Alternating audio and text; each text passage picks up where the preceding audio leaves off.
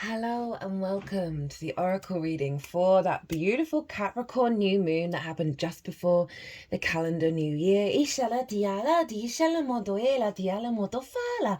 Ishani modoela. Hello and welcome. My name's Chloe. I work with card divination, astrology, and I channel multi-dimensional energies through my body. Ishala diala modoishani modoela. This will happen throughout the reading and it brings in healing, attunement, and activation codes to the messages that are going to come through. Now, I pull these oracle cards before I start every transit. So these have been sitting on deck before the new moon, during the new moon, and now it's afterwards. Today is Friday, the 3rd of January. Venus has moved into Pisces. The moon will move into Pisces while we're in this recording. It's just at the tail end of Aquarius right now. Mars is opposite Pluto.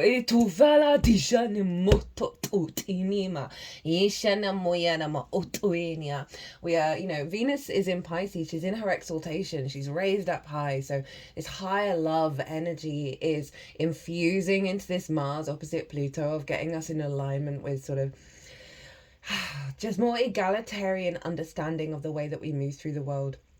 That sort of more galactic council energy, with Pluto being in Aquarius, with Mars in Leo as a heart, right? Of where have we been blocked in our motivation and drive to be able to strive towards that energy. And this new moon, I'm going to sum up some of the astrology, and I'm going to read these oracle cards and I really like doing it after the event, because just feeling the real energy flow through my vessel. This moon was conjunct Pallas Athena, who's an asteroid, and she represents like the higher wisdom, the longer term planning, right? The longer term strategy, not getting hot-headed and blowing a gasket, which we may regret a week later. Athena was often seen with the owl, and the owl is able to do a full 360. Is it 360 or 380? Oh god, why have I not looked this up yet? Of basically going all the way around the circle, right? So the higher perspective, of being able to bring in all of that information of things that may have been behind us or hidden from us, that we're intuitively in alignment of building for the long term. Capricorn energy. Capricorn also rules the bones, because it's ruled by Saturn, and Saturn is all about systems, and it's the earth, it's the system of the bones in your body. And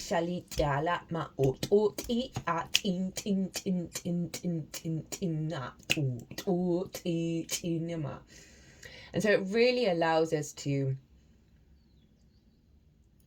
understand the wisdom that we're telling ourselves and put it into the bones, and that the bones then make that action, right? So all these new intentions, all these new seeds that we're planting around this new moon is really doubled down on the commitment to what serves the longer term nourishment, right? And that it's that vibrational frequency of what you're communicating at this moment, of where you want to go, right? Or the feeling that you have about what that looks like.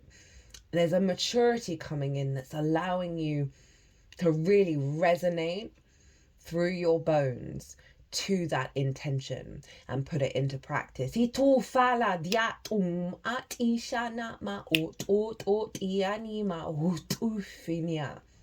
Now, this new moon follows off the back of the Capricorn solstice, and that for me in the northern hemisphere is a new year for the sun, right? The sun gets reborn, the days are getting longer here in the northern hemisphere, and it is generally just a big massive pivot point energetically for us all. And what came through with that is the kind of the setup for what's going on in 2025, which by the way is absolutely buck wild in terms of the astrology. We have all the outer planets moving signs, and they're moving into yang signs. Pluto's already done it. Neptune and Uranus will do it this year. Neptune's going to do it with Saturn into yang signs. So we're moving from this higher integrative, observant, nourishing yin energy of the collective consciousness, the evolving of the consciousness. We are really expanding into a higher frequency, and so we're going to be able to be picking up that information at a quicker rate, right? And we're going to be able to process and understand things that were the unknown, or things felt scary, or things that felt so far out of reach, or things that we wanted but we couldn't put trust or faith in, right? We're shifting into our capacity to feel it in our bones. And they're all going to move into yang signs. So this is like the higher frequencies in yang motivated action. Mars is retrograde in Leo. It's going to move into Cancer shortly. They're ruled by the sun and the moon. Now the sun and the moon are often linked into the paternal and the maternal figures, right? Or what they represent and the wounds of them, right? Where they've impinged our motivation, our drive and our action to our own sovereign frequency. The nodes are still in Aries and Libra, moving into new territory when it comes to autonomy, moving away from people pleasing and finding our truth and our balanced equilibrium from that truth, where we are no longer self-sacrificing ourselves for the sake of the niceties of society. And in that process, it empowers us all.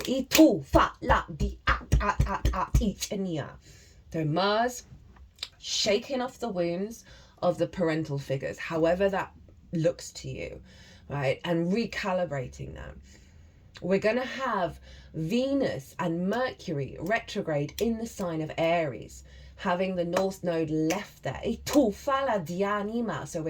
everything that we've been striving for, now Venus and Mercury are going to bring in depth and nuance to that Aries energy, to the hero's journey, to our spark of spirit as we launch off into the world. Neptune and Saturn are going to ingress into Aries at the same time. This is wild. Concrete reality of the hero's journey, of the magic within the individual.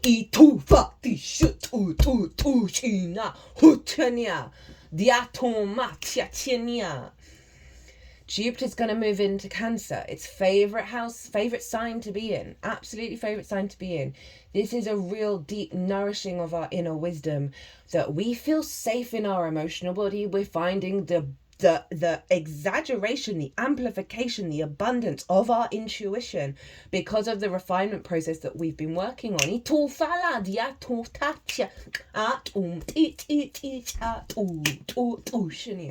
And this all takes me back to the Capricorn solstice energy. I know I've gone on a bit of a tangent, which was all about the magic, which is just science we haven't figured out yet.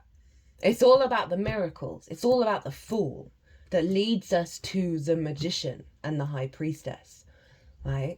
That sense of surrender and faith and knowing, and our ability to understand every act that we do is an act of creation, is an act of abundance, is an act of magic.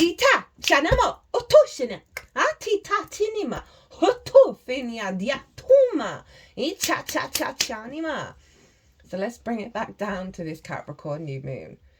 Conjunct Pallas Athena in Capricorn, the mountain goat, the long-term collective ecosystem of the earth, and how we're all reconnecting back to that and building so we thrive.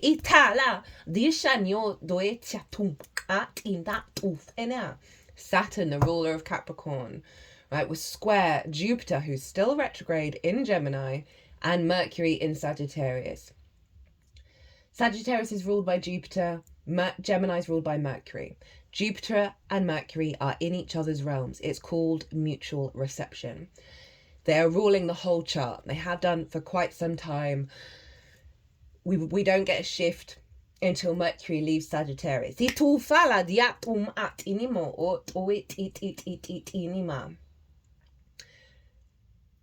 At the moment, with that Jupiter retrograde in Gemini, our capacity to internalize new neural pathways, new connectivities to bring in wisdom, bring in a higher truth, bring in more creativity, more curiosity, more openness, a higher perspective of not being bound and limited and fixed in our nature in the way that we're perceiving things, the mutable energy of Gemini.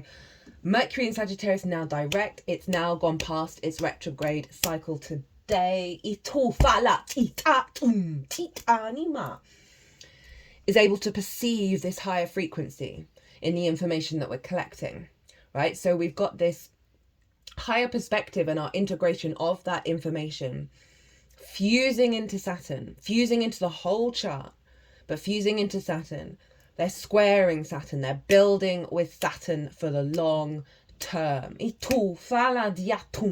Saturn over in Pisces. This is where the magic comes in. This is where the non-rational energy comes in, of things that you cannot add A plus B equals X, whatever.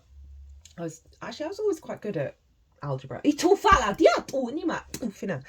get what I'm saying, the sense of restriction around our perceived expectations. We are letting go of so much of that. We're allowing the firmness of Saturn, of building a structure in the undulating ocean of Pisces, right? The synchronicities, the things that connect the dots in ways that you couldn't possibly imagine if you went the rational route. The higher end of mysticism, of empathy, of awareness of all paths. All rivers lead to the same ocean. They were square Saturn. They were building, and they formed a T-square, and the release point of that T-square was Saturn. So this is integrity, commitment, doing the damn thing without the blinkers of judgment and the rational guiding us, right? The Chariot came up quite a lot in the All 12 Signs series, and the Chariot isn't trying to control where it's going. It understands the full power of the embodiment of now. The balance between the polarities of the yin and the yang, the understandings of life and death and the cycle thereof, right? And not being in conflict with it. The more we're in conflict with what's going on, the more we create a lattice of energy that blocks out source.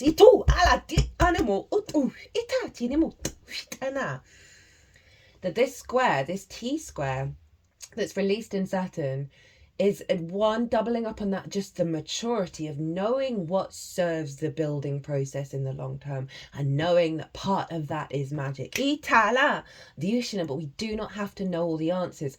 The nodes are shifting the day before the Cancer full moon, which is the Lex lunation. That is practical magic in a nutshell. North node in Pisces, south node in Virgo. Refining of that Virgo energy that can be very limited in seeing the problems. We are moving towards the creativity, to the synchronicities, to the miracles, right? We're able to then refine that, how we facilitate it in the 3D process with that Virgo energy.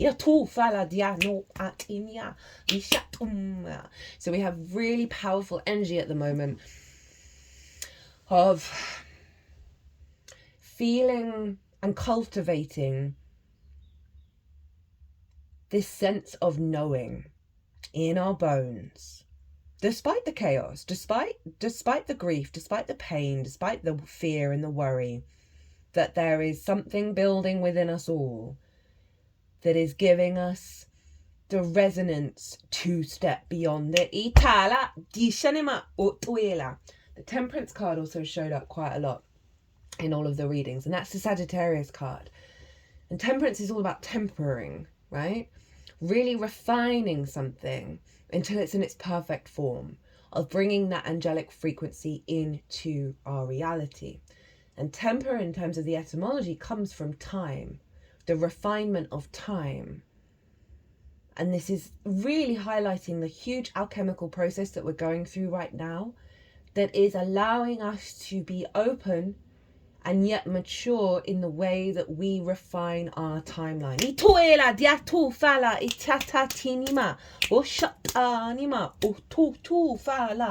Venus was squared Uranus at the time of this, right? Big Venusian energy came through.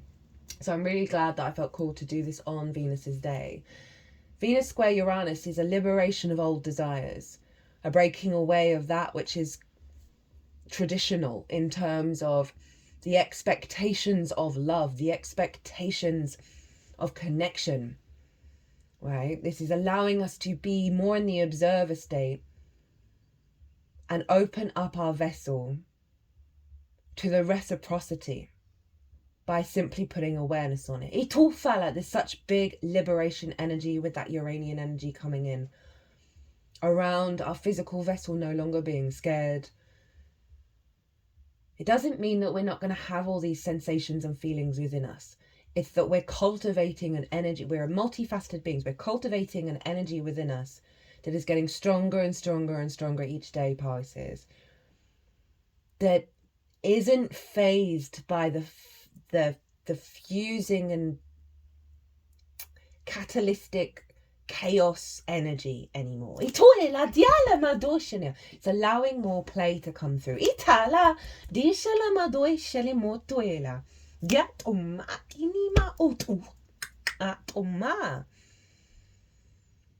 Uranus is the path clearer, the breaker of chains. It wants you to break out of the old patterns. And that square with Venus is shaking off the shackles of old love languages. With yourself and with anything other than yourself.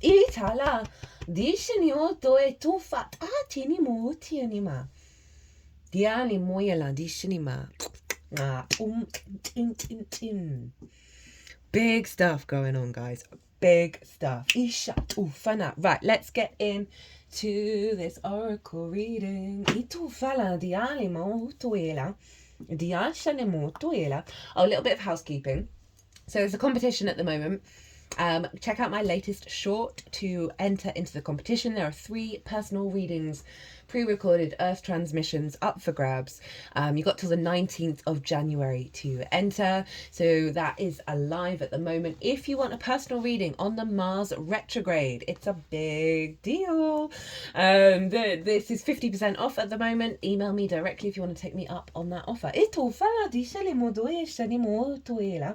I've also started a new channel. It's called Quantum Vibe Tarot. I'm going to put a link in the description box.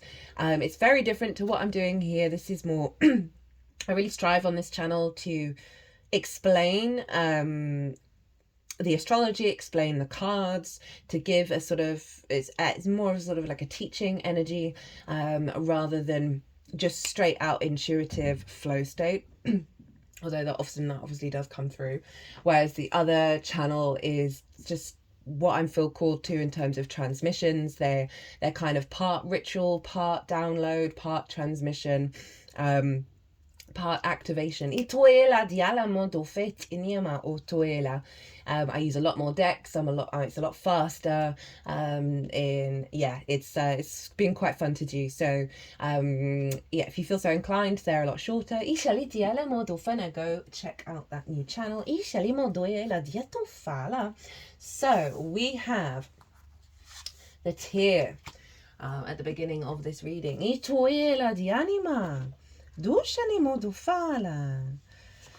The morning, the release, the rain.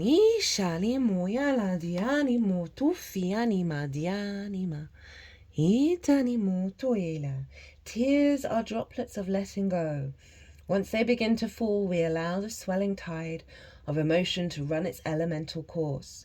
Often the tear is what's needed in order for a conversation or a situation to break into the next level of intimacy and vulnerability. Some say that tears are so very powerful in softening our egos that they open up a portal to the unseen world. Through our watery eyes, the ancestors catch a glimpse of us, and we are reminded of their eternal embrace. We sense our humanity, our humility, and we allow ourselves to be held. It is likely this card appears when there's a grieving yet to do, a sinking down into disappointment or despair that once acknowledged will bring a shimmer of clarity to our dewy eyes.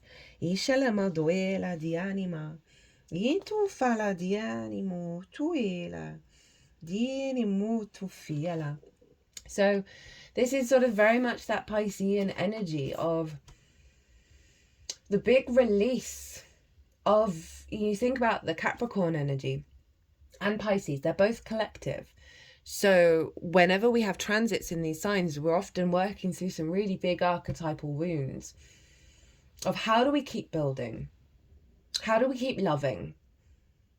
How do we make peace with that? That the world still keeps on turning. And I love that this is shown up at the beginning of a really powerful, empowering frequency of this new moon. That This is the surrender part. This is the big release, the big surrender of those old wounds, those old pains. You know, I talked about Pallas Athena, of like that energy of how we build moving forwards is not with the foundation of grief, but it's also not denying the reality of it either. And it's so important to allow that release, allow that big floodgate to open as we then step through the portal.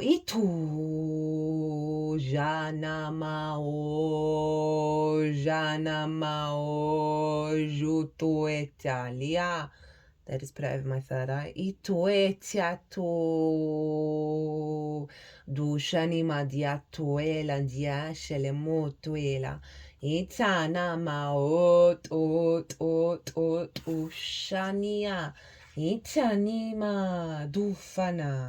That there is, with such power, there is we can really struggle sometimes with these big shifts because we're letting go of parts of ourselves that have been so integrated into our understanding of reality that we can feel lost in the ocean when we go through this process of release, because it feels like there's nothing you've got to hold on to within yourself. And one of the things that we're releasing is the not enough everyone story. Of course, you think that you need more. When has anything ever been enough? You're not missing anything. You're just evolutionary wired to focus on lack. Luckily, so is everyone else, so have a laugh about it. Right? I love this deck so much. It's both really brutal and yet very humorous at the same time. So this is what we're releasing. This is what we're grieving as well. Of like, for me, one of the things that I've really struggled with in terms of manifestation is I want everybody else to be in on the ride, right? I feel very guilty if I get anything, if the whole world doesn't have it as well. And that is something I've been practicing and working on releasing without denying that that's a core part of who I am, of wanting, no one left behind. But that honoring of knowing that by stepping into the frequency of our abundance and the acceptance of it, I'm doing that for the collective at the same time.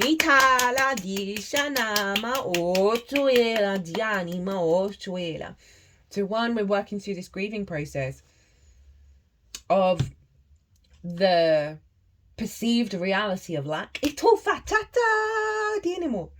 as well as the grieving of the releasing of that story that we are not enough, that there is not enough, and that doesn't serve us in how we build moving forward.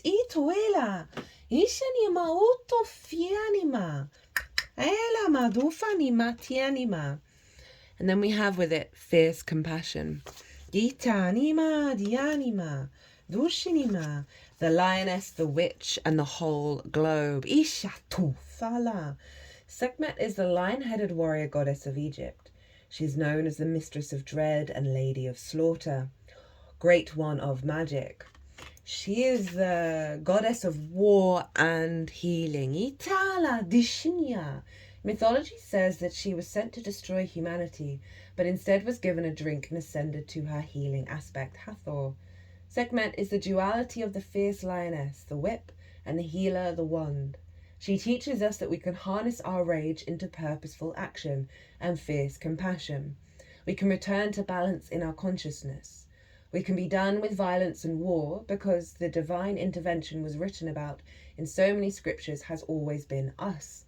We're the superheroes that we've been waiting for. To quote activist Valerie Kaur, the aim of divine rage is not vengeance, but to reorder the world. It is a precise and purposeful, like the focused fury projected into the world from the forehead of the goddess.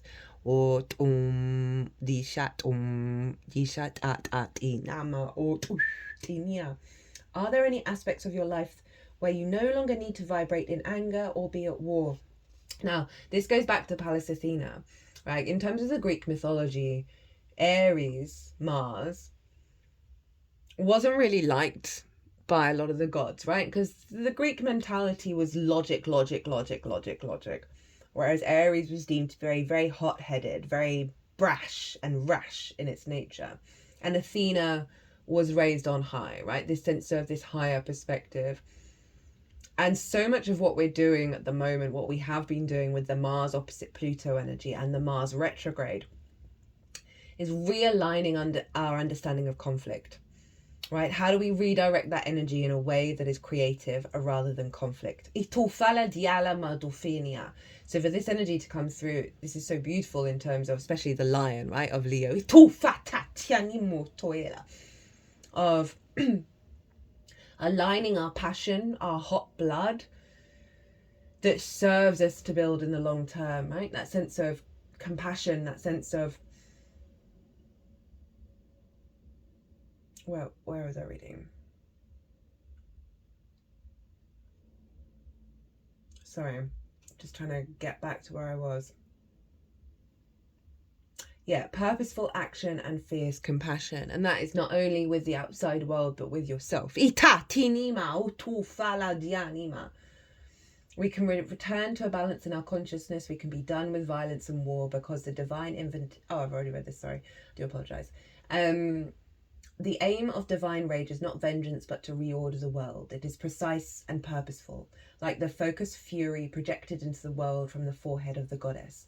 It points us to the humanity of even those we are fighting. Where can you offer yourself fierce compassion?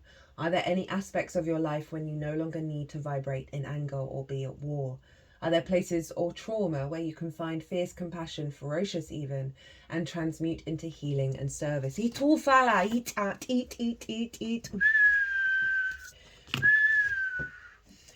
Yeah, I've just been feeling for a while now this energy of a chapter's closing. And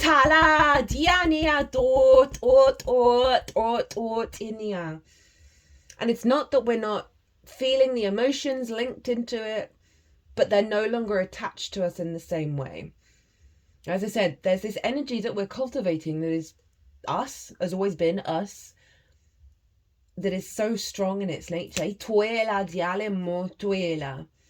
That it's almost like it's got better things to be focusing on. And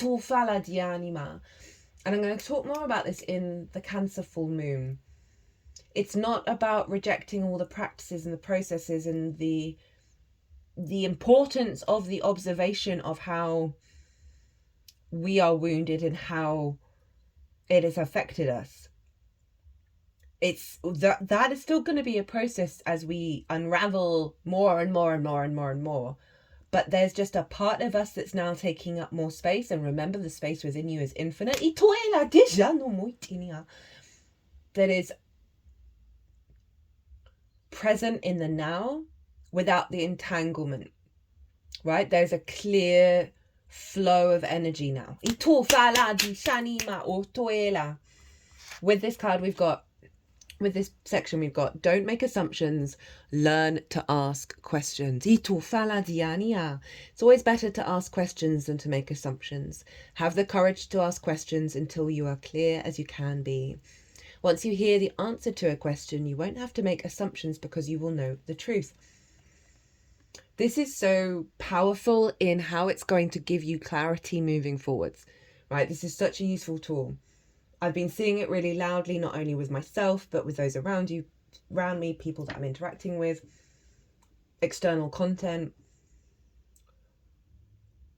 That's been highlighting this rigidity in our own personal perspective when we're engaging with the outside world, that is leading to so much miscommunication and so much inability to understand how someone has come to a different conclusion. Now, this is partly because Jupiter is retrograde in Gemini, It's helping us question through the observation of the restriction of the outward expression of connecting the dots and being really curious about different perspectives, of seeing where that rigidity is within ourselves, because it's being dissolved right now. And one of the ways through it is to know you do not have all the answers. This is also tied in with the Virgo South Node energy as well. Virgo is very good at observing and making arguably predominantly the right assumption, but that is no longer the case anymore. It's now too limiting in its structure. It served us to a point, and now we're moving more directly into an open field of energy that we have to be open to explore. We have to be open to be okay with not knowing, and we have to be vulnerable in showing that we are open to information, and therefore vulnerable in acknowledging that we didn't figure it out. Had a big transmission come through last night in terms of how we're blocking ourselves off from certain energy when we don't understand it and we don't even know about it. That we're going through a phase of really allowing our energetic field to be open to what's the drip feed of the expansion of our consciousness. And the more that you're open without any expectations of what's coming through, the more our integration is going to accelerate.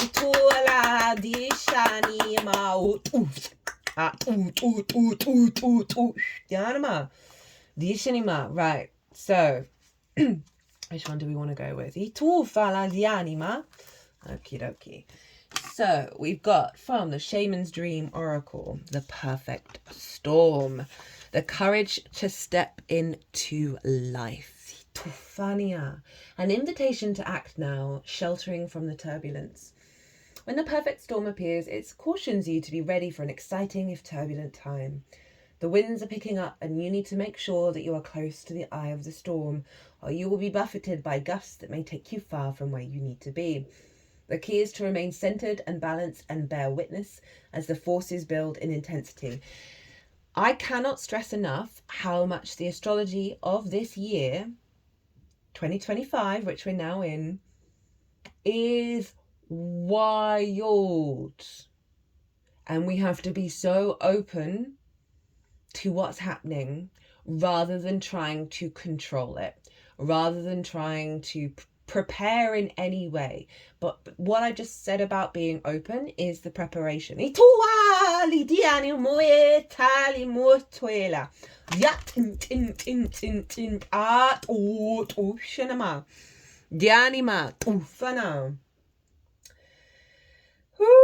Okay, the key is to remain centered and balanced and bear witness as the forces build in intensity.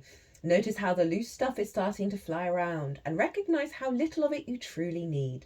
Let go of those thoughts, beliefs, and attitudes that clutter your heart and cloud your mind. Then the storm will be absolutely perfect for you. If you wonder what you might lose during the perfect storm, know that it is those things we are most attached to that are taken first, as if life were trying to unburden us of our righteous self-importance. Let it all go with the wind. The less you resist the change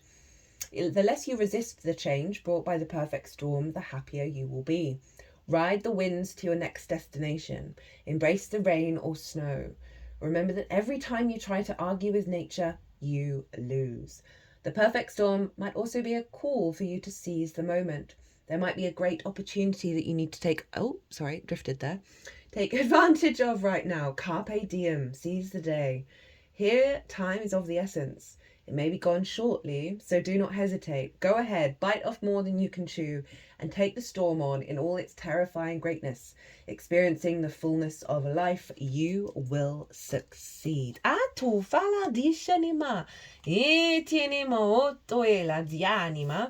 so interestingly enough, we've got It's just basically doubling down on this message. Jumping is scary. Staying frozen is scarier. The world moves forward even when we stand still. Making no choice is still a choice. Stop pretending like the world can be paused and act with courage now. Fortune favours the bold. And this is what I mean. That there's this grounded energy in the bones that is kind of okay with free falling. You just got to initiate, right? This is Capricorn. It's cardinal. It starts the season, right? It is the pivot point. It's the open door. It's the portal into the next part of the show.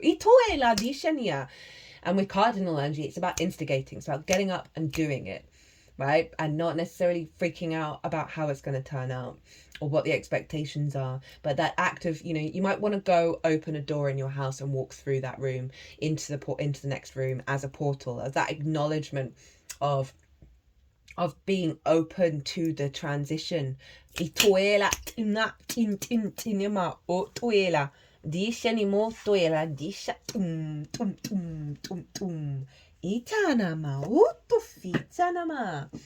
Okay, next up we've got from Carl Gray, The Gateway of Light Activation, we've got the Temple of Truth. Throat chakra, authenticity, self-expression. Now, as I said at the beginning, Mercury and Jupiter are ruling the whole chart. So they're ruling this moon, they're influencing this moon of the clarity of the truth in which you're perceiving, right? Of the reality around you. Mercury is able to pick up those details that allows you to roam with more freedom, Sagittarius, and have a deeper sense of higher truth and your capacity to engage with it. That Jupiter energy is really allowing those pathways internally to connect the dots and allow that to integrate. The throat chakra is found between our collarbones and is the energetic center that governs everything to do with truth, communication, and self-expression. Whenever we have to speak up, raise our voice, or even just get our emotions out, it is activated. We'll often feel when this space is clogged up energetically or when it needs to open because we'll feel a lump in our throat or even our heart. This card transports us to the Temple of Truth, the inner energetic gateway that supports our truest form of expression. The image shows that this is a bright, airy, open space with flowing water. This represents the emotions that run through us. Emotions are powerful messengers, and if we don't attend to what needs to come out or through us, they build up. And before we know it, we're overwhelmed by them. I love that this follows that kind of the tear, the grief, the purging energy. That we're more comfortable allowing those energetic processes to happen rather than, as it quite rightly says, when you don't cry, right, that all that stays within you. When you are brought to this space, you are being reminded of the importance of your identity and your self-expression in this lifetime. Acknowledging who you are, who you've been, and who you are becoming is so important for the unfoldment of your path. There is an old story that the truth hurts. This gateway reminds you that in fact the truth heals. Your truth is your truth, and it's important for you to honour it with every facet of your being. This isn't the first incarnation which you felt the importance of honesty and authenticity, but it may be the first in which you have full freedom of expression. This gateway coming to you today is a message that there is something buried deep inside you that you haven't expressed, and this is causing energetic blockages on your ever-unfolding path. It's a time to love yourself enough to honour the feelings that are rising up in you, for they are divine guidance that will bring you into greater alignment. And with that, we've got big, be aware of unconscious assumptions. Don't make assumptions. Assumptions are made so fast and unconsciously most of the time because we have agreements to communicate this way. We've agreed that it is not safe to ask questions. We've agreed that if people love us, they should know what we want or how we feel. So it's tying on the back of asking questions. This is the inner work of that's the outer yang energy of ask the questions. This is the inner work of don't make those assumptions, right? We can make assumptions about how we may be feeling and how we understand our reality.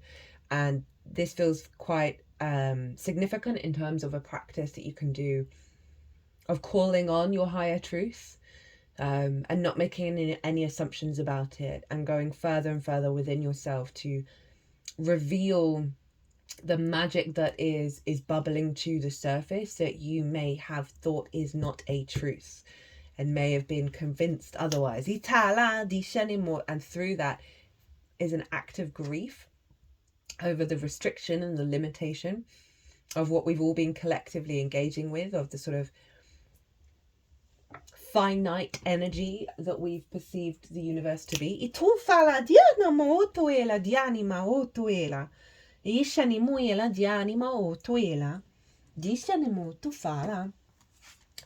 Now with this we have I think that's more want to say that finding,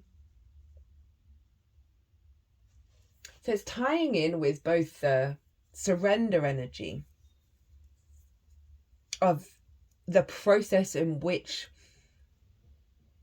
this truth is going to be revealed, and giving yourself grace in the process of its unfolding.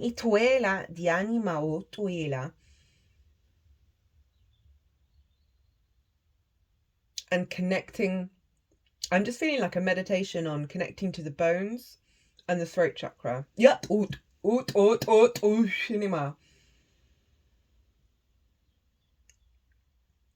That is going to give you a felt sense in your body that you're then going to be guided over what next stage it is, or not, what next thing you need to activate in order to really facilitate the integration of the frequency.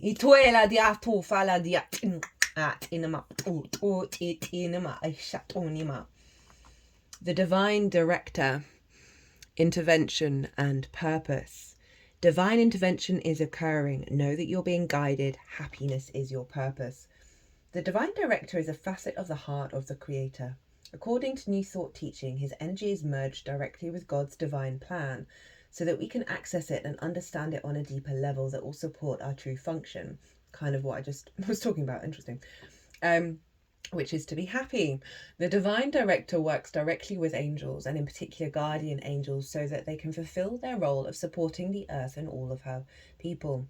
Right now, your angels are reminding you that your divine purpose on earth is to remember love and do what makes you happy. Divine intervention is taking place at this time. What is occurring in your life is providing a real learning curve for your soul. You are becoming aware of a sense of purpose in your life. It gives you a sense of joy. It's something that brings you pleasure rather than something that you have to work for. Know that your career can complement your purpose but not define it. But the path you're on at this time is right, and the universe is encouraging you to move forward.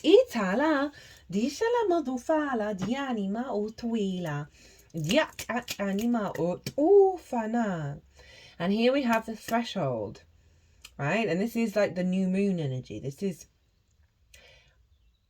is what the new moon was it's a mixture of both. This feels very fresh, very new energy. This feels like what we're releasing, what we're working with to help facilitate this fresh new energy.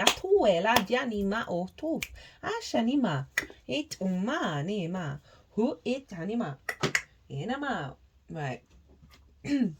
So we have the threshold. The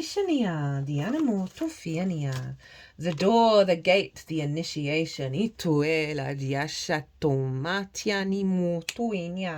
cross thresholds continually, consciously and unconsciously. Doorways, gates and entryways grace our path on a daily basis. When this card arises, it signifies that the precipice you stand upon is not your typical one. You have arrived at a threshold of initiation, here to usher you into a new reality. It requires you to leave behind the you that you thought was so well formed. A new frontier calls. This is not easy work. Threshold initiation means a part of you will be lost in order to make space for what is next. A metaphorical death must occur. Some may not recognize you. You may struggle to recognize yourself. The ground seems to crumble as you free fall into your new reality.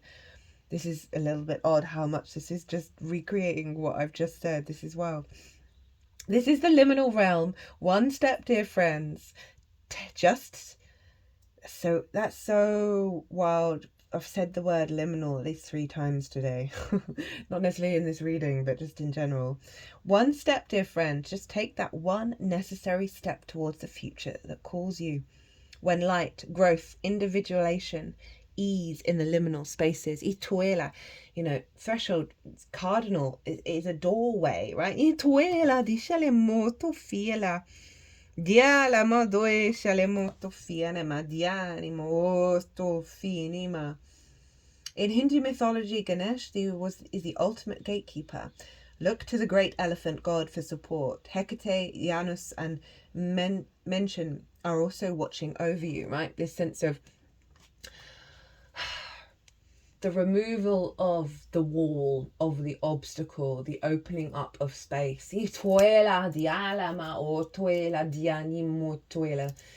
said earlier in the reading, like go and open a door and walk through it, or stand at the threshold and tap into the energy that you feel there, and see how it sets your light and brings you into your waking state.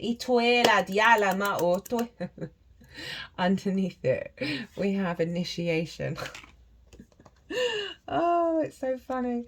Oh, I love it. Right, this is number 1 in What We've Forgotten Oracle. By the way, all the decks are in the description box. Going deeper, the interdimensional scavenger hunt begins. We're going to remember that life is a magical intention-driven scavenger hunt. That means if we don't have the first clue right, the rest of it can kind of be confusing. As a result, sometimes we can get stuck. If we reframe this and take a beat to track our clues and map our adventure, we may find wonder in the corners and insights in the divine timing. We should probably also take some of that divine timing to write things down.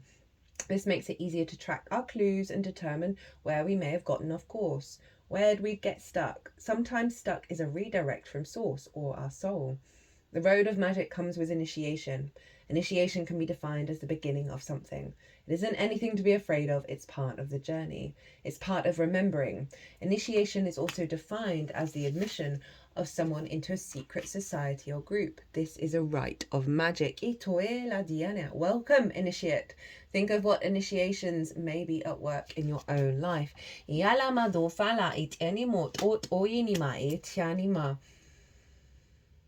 Yeah, so again, it's re-highlighting the significance of this new moon. One of the significations of this moon is the nodes are in Aries and Libra, the North nodes in Aries, and Capricorn squares that. And Capricorn has been acting as where the North node in Aries is manifesting, right? Where is it building? And the nodes are changing signs, as I said, the day before the Cancer full moon. Cancer has been acting as the release point of the South node. So this new moon is the last moon that we're having with this power up of the eclipses in terms of that Aries North node manifesting in Capricorn, right? The individual, the initiation of the soul of the individual and how it builds in the long term. We're not going to have that for another 18 to 19 years, which is why this is quite a significant moon.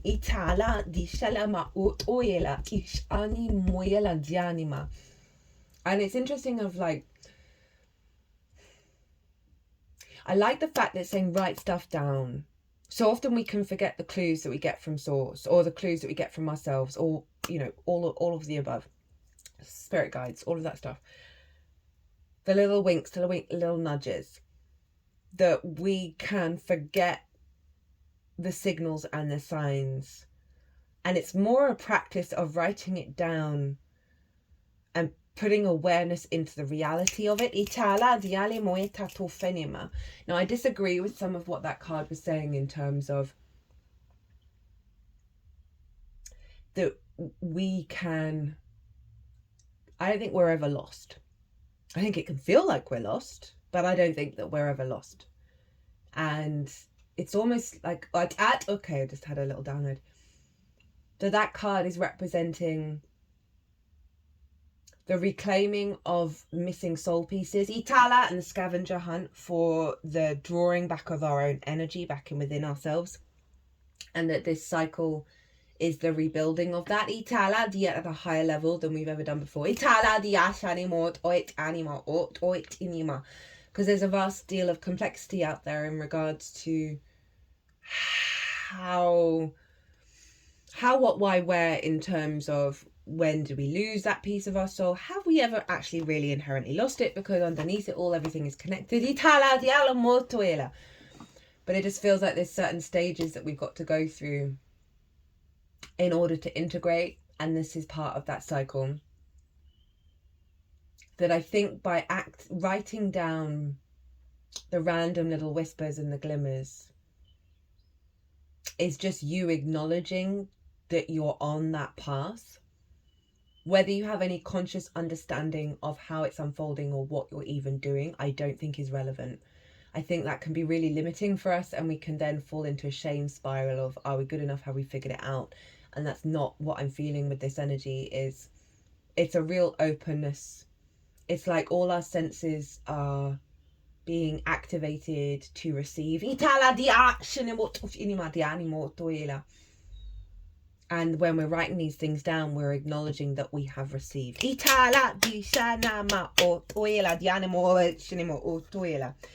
Now, speaking of Venus, we have, earlier on, we have the Venusian Galactic Council. Star being guides answer the call, time to shine. The Venusians are an advanced cosmic being similar to angels who come from the planet Venus. They are our starry ancestors and are dedicated to helping us experience and embody divine love. There are millions of them, and many of them will have them working with us as guides. If you feel drawn to this information, there's a good chance that there are many extraterrestrial beings around you at this time. Governed by Lady Venus and Sanat Kumar, the Venusian Galactic Council is a divine board of directors who are responsible for recruiting light workers and leaders on Earth who have the potential to make a huge difference by following the call of their soul. When they come to us, it's an honour and an opportunity to be reminded of the connection that was active before we came into this incarnation. There's no set way of working with the Venusians, but they will contact us in dreams or meditation to share information that will support us on our journey. They often send spiritual downloads in thought forms or understandings. Dreams about flying or being in space are other ways in which they will come through to us. This is a call to action. You're being asked to step up and create the changes you want to see in the world. It's kind of tying back to what I was saying about that Virgo energy of like seeing the problem and how we're flipping the switch on that. Finding the joy in the creative possibilities. You have a reason for being here, and you have the potential to inspire, support, and heal your corner of the world. Don't let this information scare you or overwhelm you, for you are being prepared energetically to step into this role. The ideas you have been having recently are divine downloads, but you aren't being called to make dramatic changes to your life, simply to move forward step by step. The Venusian Galactic Council will reveal more information to support you. Be aware of downloads of information and spiritual signs, for they are confirmation that you're on the right path. I like that. That's literally just reconfirming of like, you don't have to have all the answers. And that's part of the process that we're in this surrender mode with. That is allowing, it's almost like the little hairs on our connecting vessels are all waking up and unfurling, and so it's creating more surface area for us to receive. And we've got to be really kind and loving and very Venusian to ourselves during this process of like reconnecting to source, because we don't want to burn out.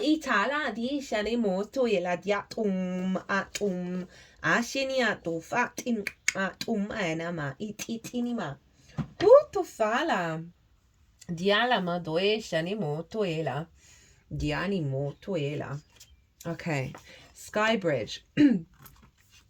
Possibilities for union. This came up, this was one of the cards that showed up in the Jupiter in Gemini transit series, right? So I love that it's bringing in that Jupiterian energy. Possibilities for union, what needs to be connected or disconnected. That's so funny. Sorry, I know I keep saying that, but just honestly, every time I'll just go off on a little tangent and then I'll pick up this book and it's like, oh, it's just saying it back to me. And this is what's going on with us all. You know, the receptivity of me picking up on the information before I've even read it, and channeling in that way. And it happens when I'm sort of switching off, when I'm not trying to think about what I'm going to say. It comes from an energy that then flows through in word form. What needs to be connected or disconnected? You stand before a seemingly unbreachable abyss, and there is no possibility of retreat. The path behind you is no longer a viable option. You have to act soon, though, or you run the risk of being stuck at the edge of the cliff. Life has brought you to this moment to offer you an as yet undreamt of possibilities, but you must no longer postpone what you know to be inevitable. And yes, you are allowed a breath or two before the leap.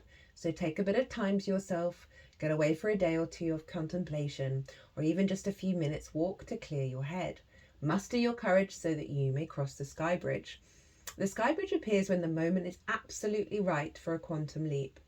Life believes you are ready, even if you do not agree. Remember not to confuse your true state of readiness with your plans and preparation. Respond with a determined yes and let the universe take care of the details. You need only hold on to your positive affirmation, and the way will become obvious as you take flight and clear the abyss.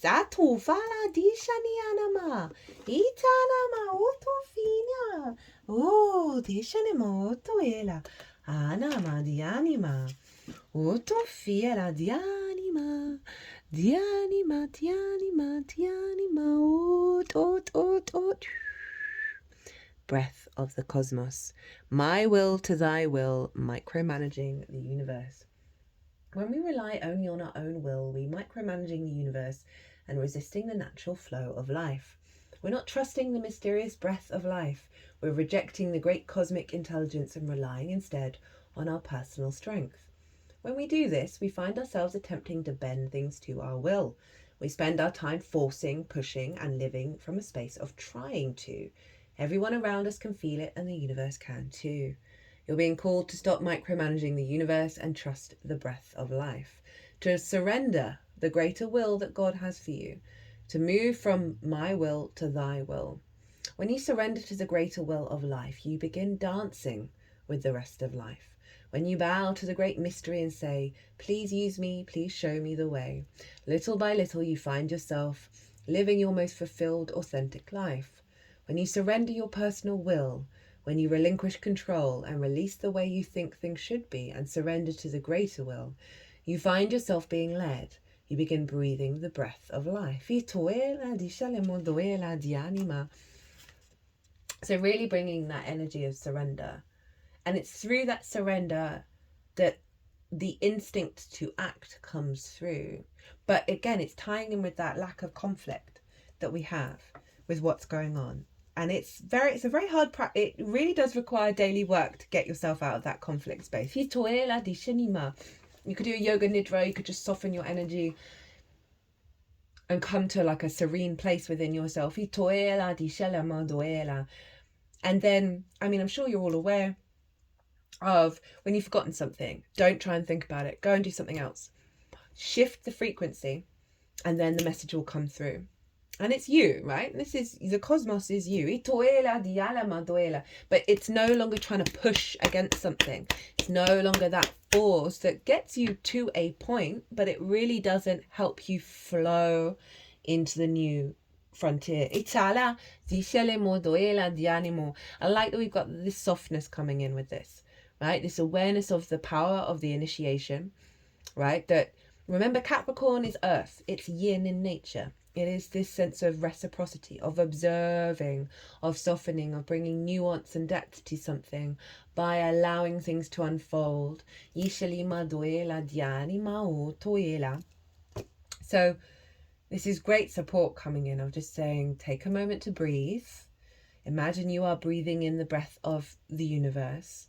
Breathwork really is the bridge to source. It was one of the major portals that activated me in all of this.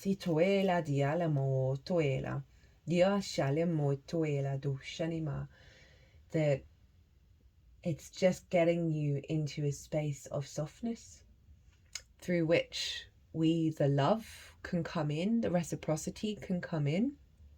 And I love that it says about moving away from micromanaging the universe. I think the last time this card came up was in the Virgo new moon last summer,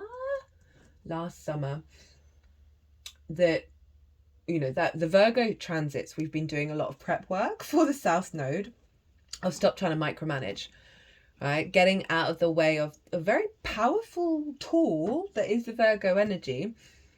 But it is just, as I said at the beginning, it's just no longer serving us when we're entering in this new framework of so many unknowns. That if we think we understand everything, if we think we're in control, we are blocking ourselves out to receive the next set of downloads. But it's not about losing the agency either. It's about the co-creation, and it's about, you know, that all of this North Node in Aries stuff is all about our autonomy. But it's our autonomy to co-create. Like that Aries energy can go to extremes and be so independent. It's like cutting off its nose to spite its face. It's so contrary in it. Right? That inability to accept help. Everything needs to be in moderation, including moderation. And then we have the temple. The sanctuary, the shrine, the altar.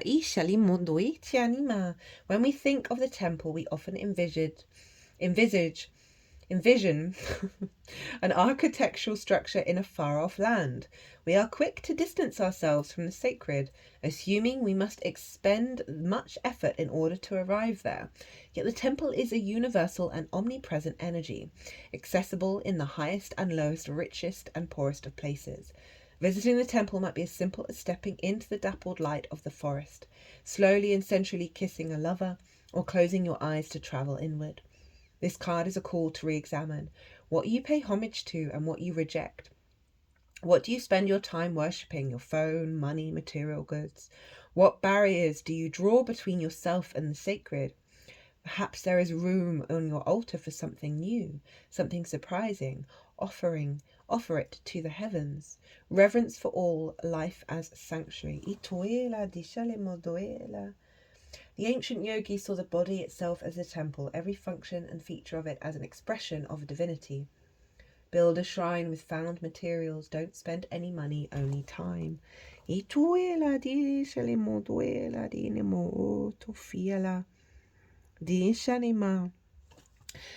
Again, just really tying up that understanding of your own divinity, that this process isn't a lack of agency. It is allowing that information to flow through you so you upgrade. You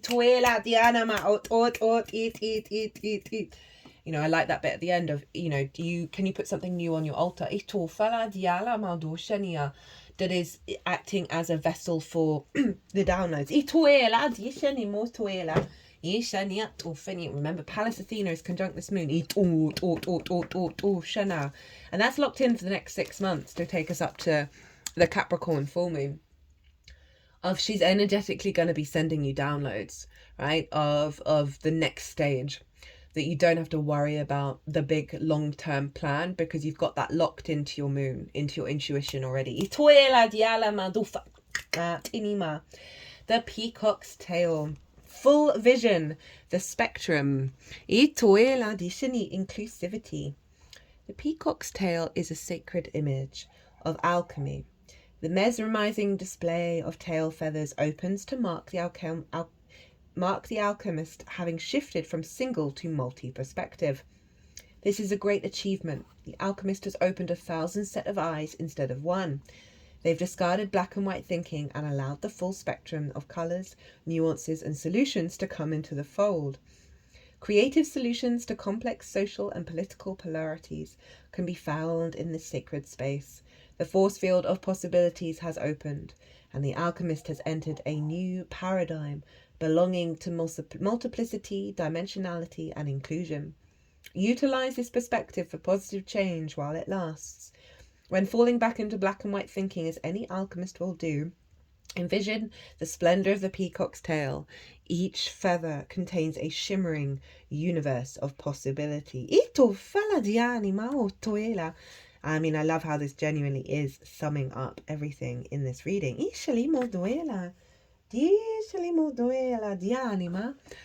And how it is so beautifully placed by the energies that I channel underneath the enchantment card from the Rumi's Gift Oracle. Rumi was a Sufi mystic, and the Sufis were very unconventional. They got drunk, they danced, and they wrote poems about love when it came to the divine. Come, I'll show you the enchanted garden of your heart. Once you enter, you become the fragrance of flowers, unafraid of the prickle of thorns.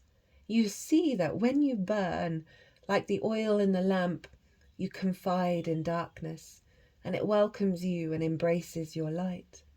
You become both the lion and the prey, both faith and idolatry, and the sweet kiss that discovers honey in each bitterness. Like the cure that has taken away the pain, you will give your life and become life itself.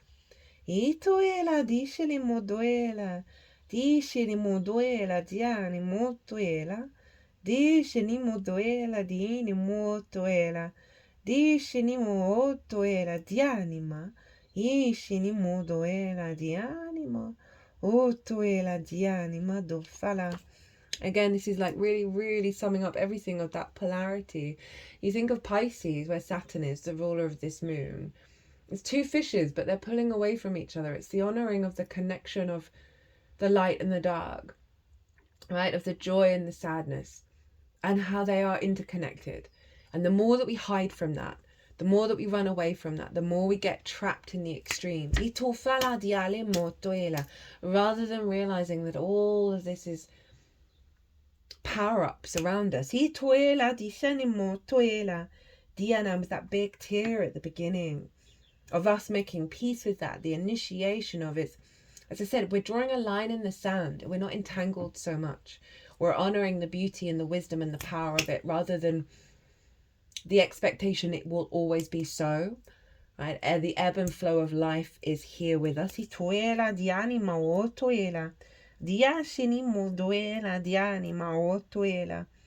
And this strength within us, right? I said in the beginning of in our bones. There's allowing us to build a stronger foundation. Diani, the final card. I am presence, light body activation, ascending the divine within. Accessing even the divine within. I don't think this card has ever shown up in these readings. The I am presence is frequently mentioned in the Ascended Master teachings. It is the individualized presence of the divine that rests within us all. Personally, I see no difference between the I am presence and what other people call the inner teacher or higher self. It is the aspect of divinity that lies within us, offering us great wisdom. It's the inner Buddha or Christ consciousness. It's the part of our soul that has never forgotten that it's connected to divine love. Even when our faith is challenged, there's a part of us that knows there's something out or in there that is the I am. This card is the gateway that allows you to reflect on that fact, that this incredible infinite divine being is within you, always aligned with love and always offering wisdom. For a long time, the I am has been dormant, and we've been encouraged to believe that we are insignificant and powerless.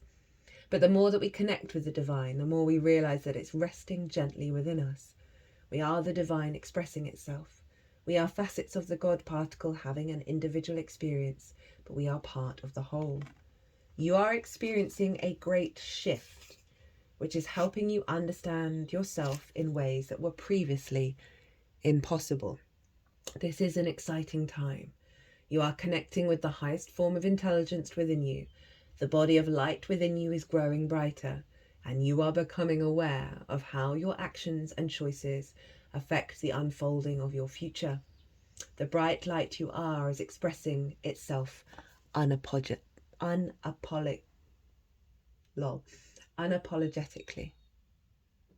And I'm not sorry for messing that word up.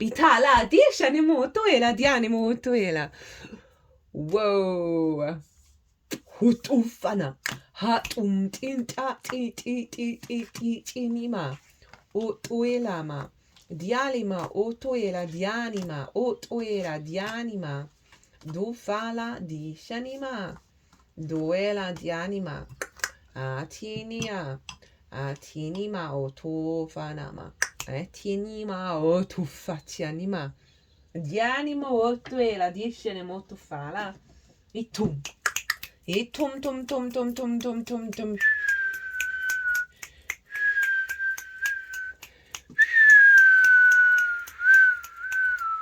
Dialima yutin.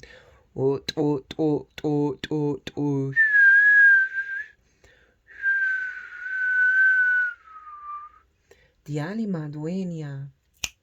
Well, my loves, I'm going to leave it there. I hope you enjoyed this reading. I hope you enjoyed this transmission. If you did, hit that like button, leave me a comment. How did it resonate? It brings me so much joy to hear from you. If you want a personal reading, my website is everywhere. If you want to pay by PayPal, email me directly. Be good to yourselves. Be good to those around you. Safe travels and be well until we meet again.